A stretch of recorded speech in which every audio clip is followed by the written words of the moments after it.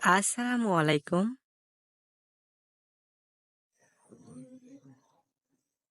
প্রিয় দর্শক, আজকে আমরা জানব কোরবানির সম্পর্কে 10টি অজানা তথ্য, যেগুলা আপনার জানা নাই। দর্শক, আজকের প্রথম প্রশ্ন: ঋণগ্রস্ত ব্যক্তির কোরবানি দেওয়া উত্তম নাকি ঋণ দেওয়া উত্তম?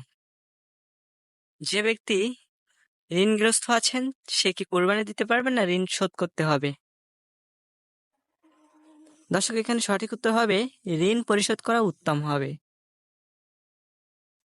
আজকে 2 নম্বর প্রশ্ন: দর্শক, লোন করে কুরবানি দেওয়া যাবে কিনা? লোন করে কুরবানি দেওয়া যাবে কিনা? অনেকে মনে করে যে আমি কুরবানি দিব, আমার কাছে টাকা নাই, আমি লোন করে কুরবানি দিব। তো লোন করে কুরবানি দেওয়া জায়েজ আছে কিনা? দর্শক, এখানে সঠিক উত্তর হবে অবশ্যই লোন করে কুরবানি করতে পারবেন, যদি আপনি পরবর্তীতে লোন শোধ করতে পারেন।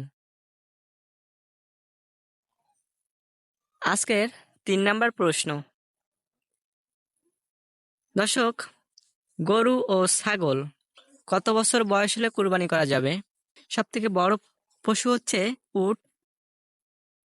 তো এখানে বলা হয়েছে গরু ও ছাগল কত বছর হলে কুরবানি করা যাবে। দর্শক, এখানে সঠিক উত্তর হবে গরু হলো 2 বছর কমপক্ষে এবং ছাগল কমপক্ষে 1 বছর বয়স হতে হবে। আজকে 4 নম্বর প্রশ্ন: দর্শক, আমরা যখন কুরবানি দিই 3 ভাগ, 5 ভাগ, 7 ভাগ, তো এখানে কথা হচ্ছে নামে নামে কুরবানি দিলে কুরবানি হবে কিনা। আমরা যখন কুরবানি পশু জবেহ করি, তখন যে নাম আমরা উচ্চারণ করি অমুক তমুক, এই নামে নামে কুরবানি দিলে কুরবানি হবে কিনা। দর্শক, এখানে সঠিক উত্তর হচ্ছে সমস্যা হবে না, তবে আল্লাহর নামে কুরবানি দেওয়া উত্তম, যে আমি আল্লাহর নামে পশুটি কুরবানি করতেছি অমুকের তরফ থেকে।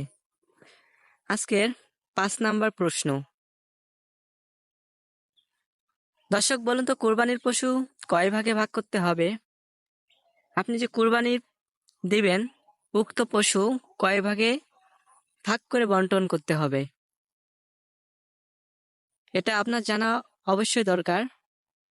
এখানে সঠিক উত্তর হবে কুরবানি পশু সাধারণত আমরা 3 ভাগে ভাগ করে থাকি, একটা নিজের জন্য, একটা গরিবদের জন্য, একটা আত্মীয় স্বজনদের জন্য।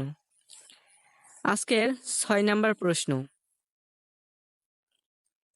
দর্শক, কুরবানির পশু কোন দিক রেখে জবেহ করতে হবে?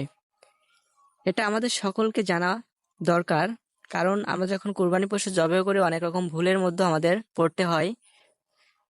তো এটা যদি আমরা জেনে রাখি, তাহলে আমাদের কুরবানি করতে কোনো রকম সমস্যা হবে না। আমাদের মৌলবী কিংবা কেউ কুরবানি করলে তাকে আমরা উপদেশ দিতে পারবো। তো এখানে কথা হচ্ছে কুরবানির পশু সাধারণত মাথা দক্ষিণ দিক দিয়ে জবেহ করতে হবে এবং বিসমিল্লাহ বলে জবেহ করতে হবে। আজকের 7 নাম্বার প্রশ্ন: দর্শক, পশু জান যাওয়ার আগে কি চামড়া ছেলা জায়েজ আছে কিনা? এখানে সঠিক মাসালা হচ্ছে সম্পূর্ণ নিষেধ, বা মহানবী সাল্লাল্লাহু আলাইহি ওয়াসাল্লাম আমাদের রাসূল, উনি সম্পূর্ণভাবে নিষেধ করেছেন যে কুরবানির পশু নিস্তেজ অথবা জান না যাওয়া পর্যন্ত চামড়া ছেলা বা কোনো রক কাটা যাবে না, এটা সম্পূর্ণ গুনাহের কাজ। আজকের 8 নাম্বার প্রশ্ন: দর্শক, কুরবানির দিনের প্রথম খানা কি খাওয়া উচিত?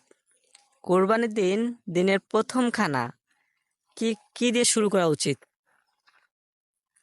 এখানে প্রিয় নবী হযরত মুহাম্মদ সাল্লাল্লাহু আলাইহি সাল্লাম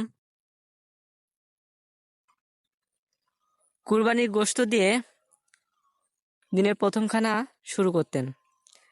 আজকের 9 নাম্বার প্রশ্ন: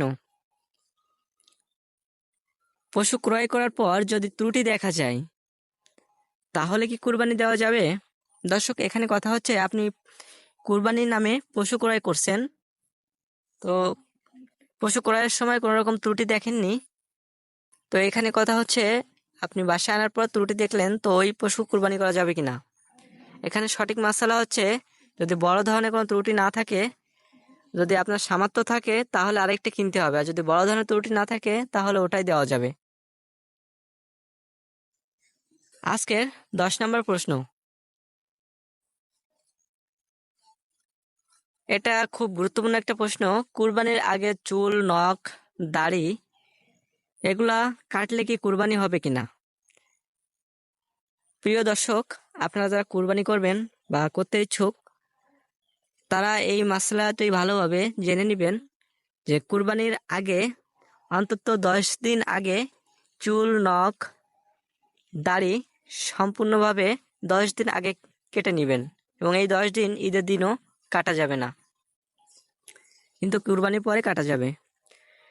সকলকে অসংখ্য ধন্যবাদ আমাদের ভিডিওটি সম্পূর্ণ দেখার জন্য। আমাদের পরবর্তী ভিডিও পেতে অবশ্যই চ্যানেলটি সাবস্ক্রাইব করে পাশে থাকা বেল আইকন অল করে দিবেন।